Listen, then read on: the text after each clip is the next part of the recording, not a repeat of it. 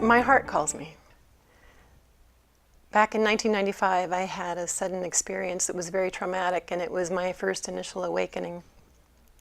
And it was when my heart really broke open. And I had another one in 2001, just as I was graduating from Stanford. And I had a long history as a computer programmer, and my major was in computer science and design, and I was going to go back out into the world and do that same work again. And with this broken open heart, I just realized I can't do that. I didn't know what I was going to be doing, but I knew that I needed to do something with people. And something that was about life and aliveness and bringing forth love into the world. And so I spent a number of years sort of traveling a path, going to India, doing a lot of meditation retreats. I worked with 9/11 families for 3 years around grief and creativity. And I came to see with working with clients that what we're really looking for is to be alive, is to feel alive, and to be a part of something greater than ourselves. And the more I worked with clients, the more I realized that when they would come to me, they would have these list of goals, but those really weren't what they wanted. What they wanted was to know who they were. And they wanted to know how they could serve. And so as I began to coach more and more, I realized what I'm doing is consciousness coaching, is awakening coaching.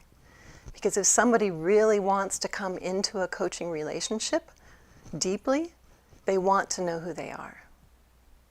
They want to be of service. They want to make an impact in the world. And they want to allow love to lead their lives. And I use love and consciousness and awareness interchangeably.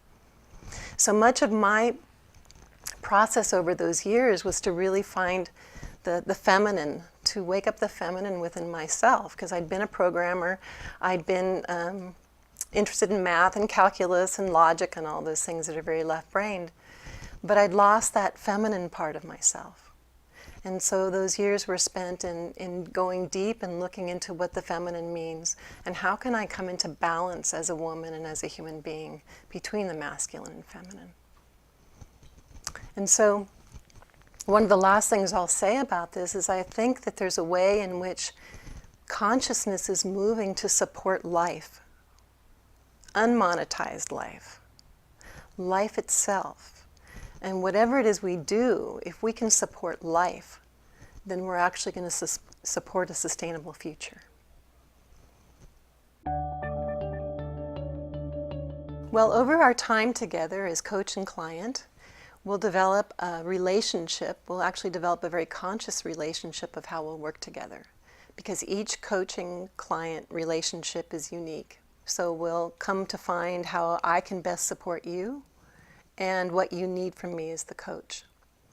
And in all of our meetings, whether they're face-to-face or on the phone, I'm going to ask you to bring something to the call, an agenda for the call. Because I can coach from nothing, but when you bring something to the call, you're actually showing up 100% in the relationship, which is really important, because the power of the relationship is not with me as the coach. It's with you and me together in the relationship. And that's the exciting thing, because that means that you and me working together is unique. There's no other relationship like this. Now, in these face-to-face meetings and over the phone, we'll go through a series of ways that you get to know yourself. So we'll look at your values, we'll look at the things that you love to do, we'll look at the qualities of your experience that bring you alive, we'll tap into your intuition, and we'll look at your whole system, your whole body system, so that you really have access to the wisdom of your own heart and access to the wisdom of your whole system. And then I'll give you practices. Practices are an extremely important way for you to shift your behavior, which is what coaching is about. So as you become more conscious, you notice where you're putting your focus and awareness. And if it's not where you're wanting to put it, then I'll give you practices so that you can shift where you put that focus and awareness and what kind of response you're going to have to the world. And then we'll also take into consideration the things that are being asked of you right now. in your work, and in your home life, in your relationships, and how you can be more present to those things. Well, first of all, after 12 years of coaching, I know that the results depend upon you.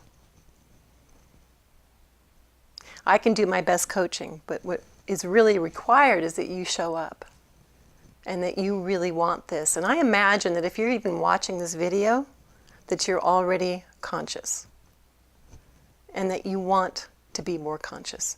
Because once consciousness wakes up inside of us, it keeps moving and it keeps growing and it keeps calling us forth.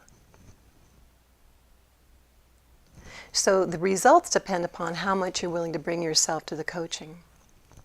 But I can say, after 12 years of coaching, that your relationships will change, who you know yourself to be will change, how you are in the world will change, how you move through your body will change, and what you're willing to step into will change. What you're willing to give up will change. How you know yourself to be in the world will change. And you will know yourself to be as somebody that is worthy, that has dignity and honor, and that has something to share with the world.